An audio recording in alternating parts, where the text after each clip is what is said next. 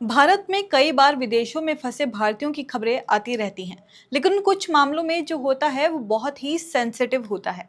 आज हम बात करेंगे एक ऐसी भारतीय नर्स की जिसका नाम है निमिषा प्रिया। निमिषा को यमन में फांसी मिलनी थी, लेकिन फिर एक खबर सामने आई कि उनकी फांसी रद्द कर दी गई है। निमिषा प्रिया कौन है और इस दावे में कितनी सच्चाई है, सब कुछ जानेंगे इस खबर में।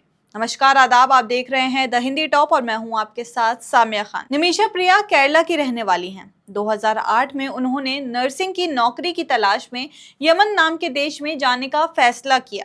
जिनको नहीं पता उनको बता दूं कि यमन एक ऐसा देश है जहां अब भी शरिया कानून चलता है और वहां कानून और न्याय प्रणाली भारत से बिल्कुल अलग है। वहां कानून का फैसला कई बार धार्मिक और परंपरागत तरीकों पर भी निर्भर करता है।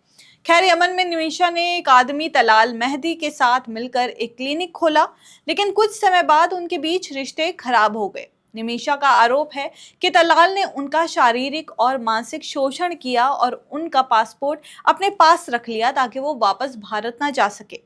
जिसके बाद तलाल से छुटकारा पाने के लिए या फिर कहें कि तलाल के झांसे से निकल भागने के लिए निमिषा ने तलाल को बेहोश करने के लिए एक इंजेक्शन दिया ताकि वो पासपोर्ट वापस लेकर भाग सके।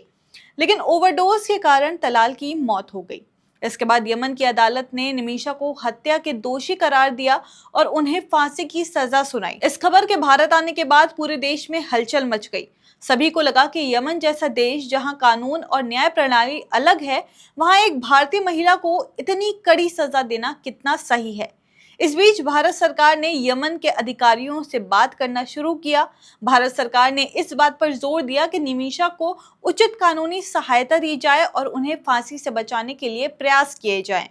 16 जुलाई 2025 को निमिषा की फांसी तय की गई थी, लेकिन भारत सरकार के कड़े दबाव के बाद 15 जुलाई को ही उनकी सजा को अस्थायी रूप से रोक दिया गया। इससे ये उम्मीद जगी कि शायद उनकी सजा को पूरी तरह से रद्द किया जाएगा। लेकिन इसी बीच एक बड़ी अफवाह फैल गई कि उनकी फांसी पूरी तरह से रद्द कर दी गई है। इस खबर को कई धार्मिक और राजनीतिक समूहों ने प्रचारित किया। सोशल मीडिया पर भी ये खबर आग की तरह फैल गई। लोगों ने खुशी मनाई, लेकिन ये खुशी ज्यादा देर तक टिक नहीं सकी, क्योंकि भारत के विदेश मंत्रालय ने साफ कहा कि यमन सरकार ने अभी तक इस बारे में कोई आधिकारिक पुष्टि नहीं की है। इसका मतलब है कि मौत की सजा अभी भी बरकरार है, लेकिन फिलहाल उसे लागू नहीं किया गया है। ये जो पोस्टपोनमेंट हुआ है वो केवल बातचीत और कूटनीतिक स्तर पर समय लेने के लिए हुआ है।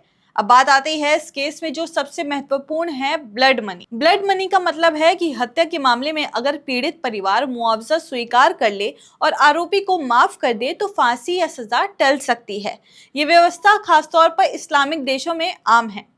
भारत सरकार और निमिषा की परिवार वाले कोशिश कर रहे हैं कि इस समझौते को यमन की स्थायी अदालत और परिवार के सामने रखा जाए ताकि निमिषा को जिंदगी मिल सके। लेकिन ये इतना आसान भी नहीं है, क्योंकि यमन में अभी भी राजनीतिक अस्थिरता है। यमन की सरकार और स्थानीय ताकतों के बीच तालमेल नहीं है, इसलिए मामला और जटिल हो जाता है। दूसरी तरफ सोशल मीडिया पर इस केस को लेकर बहुत सारी अफवाहें और झूठी खबरें फैल रही हैं। कई लोग इसे धार्मिक रंग देते हुए देश में विवाद बढ़ा रहे हैं। ऐसे समय में जरूरी है कि हम सही और आधिकारिक खबरों पर ही विश्वास करें। अफवाहें फैलाने से मामला और उलझता है। फिलहाल इस पूरे मामले से एक बड़ा सवाल उठता है कि क्या भारत सरकार अपने नागरिकों को विदेश में सही संरक्षण दे पा रहे हैं। कई बार विदेशों में भारतीय फंसे रहते हैं और कूटनीति और कानूनी मदद की कमी के कारण वो सही तरीके से बच नहीं पाते। निमिषा की जिंदगी भी इस वक्त कागजी लड़ाई और राजनीतिक दबाव के बीच टिकी हुई है। यदि यमन के स्थानीय परिवार और सरकार मुआवजा स्वीकार करते हैं तो उनकी जिंदगी बच सकती है, वरना फांसी का सामना करना पड़ सकता है। खैर, आप हमें कमेंट में जरूर बताएं कि आप इस पूरे मामले को कैसे देखते हैं और क्या आपको लगता है कि निमिषा को बचाया जाना चाहिए या नहीं। साथ ही ऐसे मामलों में सरकार को क्या करना चाहिए, आपकी क्या राय है, हमें जरूर बताइए। ऐसी और जानकारी के लिए आप हमारे चैनल द हिंदी टॉप को सब्सक्राइब कर लें। इसके अलावा आप हमें एक्स, इंस्टाग्राम और फेसबुक पर भी फॉलो कर सकते हैं।